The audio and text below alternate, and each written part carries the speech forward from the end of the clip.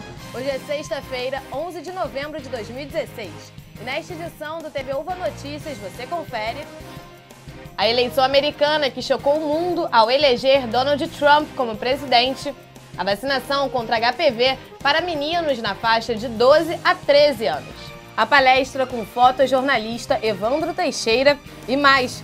Você passa por cima da saúde e insiste em trabalhar mesmo estando doente? Isso tem explicação que você vê agora no seu telejornal semanal.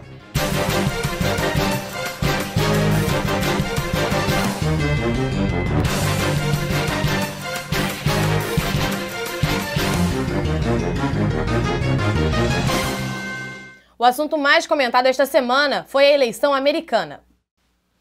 Em destaque na mídia nos últimos meses, a disputa entre o empresário Donald Trump e a ex-secretária de Estado Hillary Clinton teve fim nesta quarta-feira com um desfecho que chocou a população mundial. A Casa Branca ganhou um novo morador.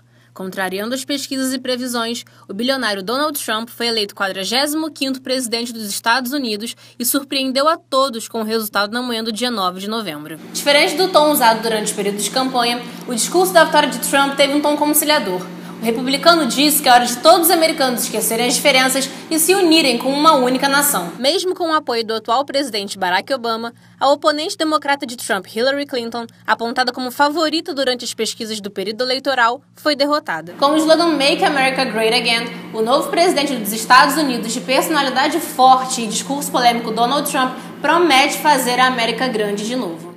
Resta esperar o que aguarda a todos nos próximos anos, especialmente porque a economia americana interfere em diferentes países, inclusive no Brasil. E por falar em Brasil, o Instituto Nacional de Estudos e Pesquisas Educacionais Anísio Teixeira, o INEP, divulgou 2 metas para o Plano Nacional de Educação. Na primeira, para que o país destine pelo menos 7% do PIB brasileiro no projeto, será necessário investir cerca de 54 bilhões de reais a mais.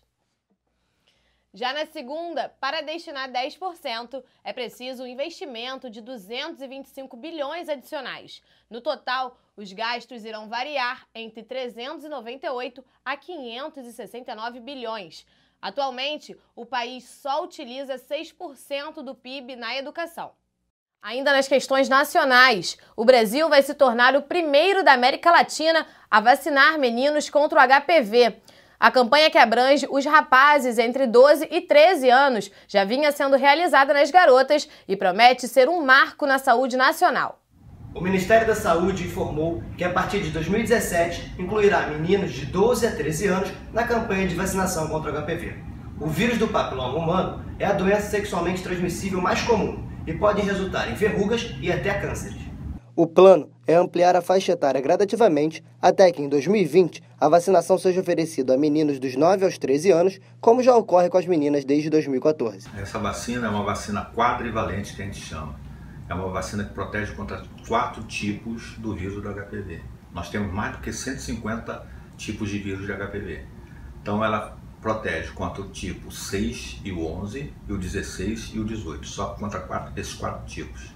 O 6 e o 11 acomete mais as lesões no câncer do colo do útero, e o 16 e o 18 ele provoca mais as verrugas genitais. Segundo o Ministério da Saúde, a medida faz do Brasil o primeiro país da América do Sul e 7º do mundo a incluir meninos no Programa Nacional de Imunização do HPV. E aí percebe-se que, por exemplo, o menino também precisa, apesar dele não ter útero, não ter o câncer do colo do útero, ele acaba sendo o veículo na transmissão da infecção do vírus HPV. Vale lembrar que essa medida será implantada a partir do ano que vem. Ainda na área da saúde, é preciso estar atento a um fator importante. Você trabalha demais, se esforça demais e se recusa a faltar ao trabalho, mesmo estando doente. Saiba que esta atitude, além de ser prejudicial ao corpo, também pode fazer com que a produtividade caia no emprego. Veja na reportagem de Rogério Felgueiras. Apesar de estudos recentes comprovarem que quem trabalha doente não rende tão bem, cada vez mais pessoas se sentem pressionadas a saírem de casa, principalmente pensando na estabilidade de seus empregos. Nesse momento, a gente tem um fenômeno mais interessante que é o presenteísmo, né? Então, a pessoa que, na verdade, entende que existe uma limitação física ou financeira mesmo de abandonar o seu próprio trabalho, e elas continuam frequentando esse ambiente de trabalho e não estão de forma presencial, não desempenham a sua própria função no trabalho, né? Os especialistas não conseguem apontar o principal fator que levam as pessoas a irem trabalhar mesmo doentes. A gente não consegue localizar uma única explicação, mas é um fenômeno que tem fatores extrínsecos, né, que sofrem com a influência, né, do mercado, da economia e da política, mas também fatores que é da própria pessoa, né? Esse é o caso da professora do curso de jornalismo Maristela Fittipaldi, que em seus 20 anos de carreira faltou apenas 2 vezes. Acho que ao longo dos 20 anos em que eu dou aula aqui na Veiga, eu só faltei 2 vezes, quando eu tive a minha filha e quando eu precisei operar a coluna.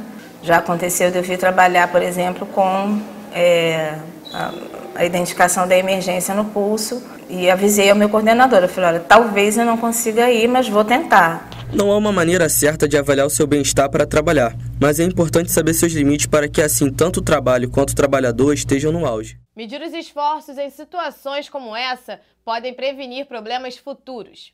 E nesta semana, o premiado fotojornalista Evandro Teixeira esteve presente no campus Tijuca. A palestra fez alunos e professores despertarem o lado fãs que existe dentro deles e levou a um bate-papo descontraído que você vê a seguir. O Núcleo UVA de Estudos em Jornalismo, coordenado por Diana Damasceno e Daniela Oliveira, recebe a presença do fotógrafo baiano Evandro Teixeira, conhecido mundialmente por seus registros históricos.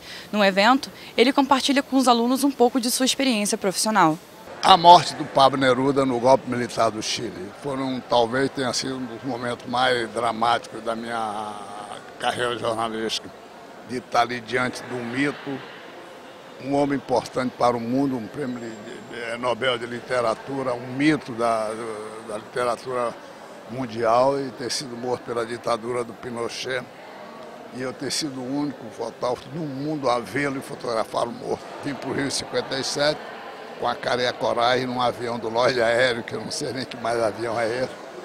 Chegando no Rio, minha querida, com a malinha perdido, no horizonte perdido, a cidade, barulho na cabeça, uma loucura. Durante a palestra, Evandro contou toda a sua trajetória, desde a chegada no Rio em 1957 até a comemoração dos 50 anos de carreira. Naquela época você clicava selecionando o momento decisivo da imagem. Hoje você clica para depois selecionar. São palestras como esta que influenciam os alunos a se dedicar ainda mais à profissão escolhida. Este foi o TV UVA Notícias, trazendo destaques do Brasil e do mundo diretamente para a sua tela do celular, do tablet e do computador. Nos vemos na próxima semana com mais informações. Até lá!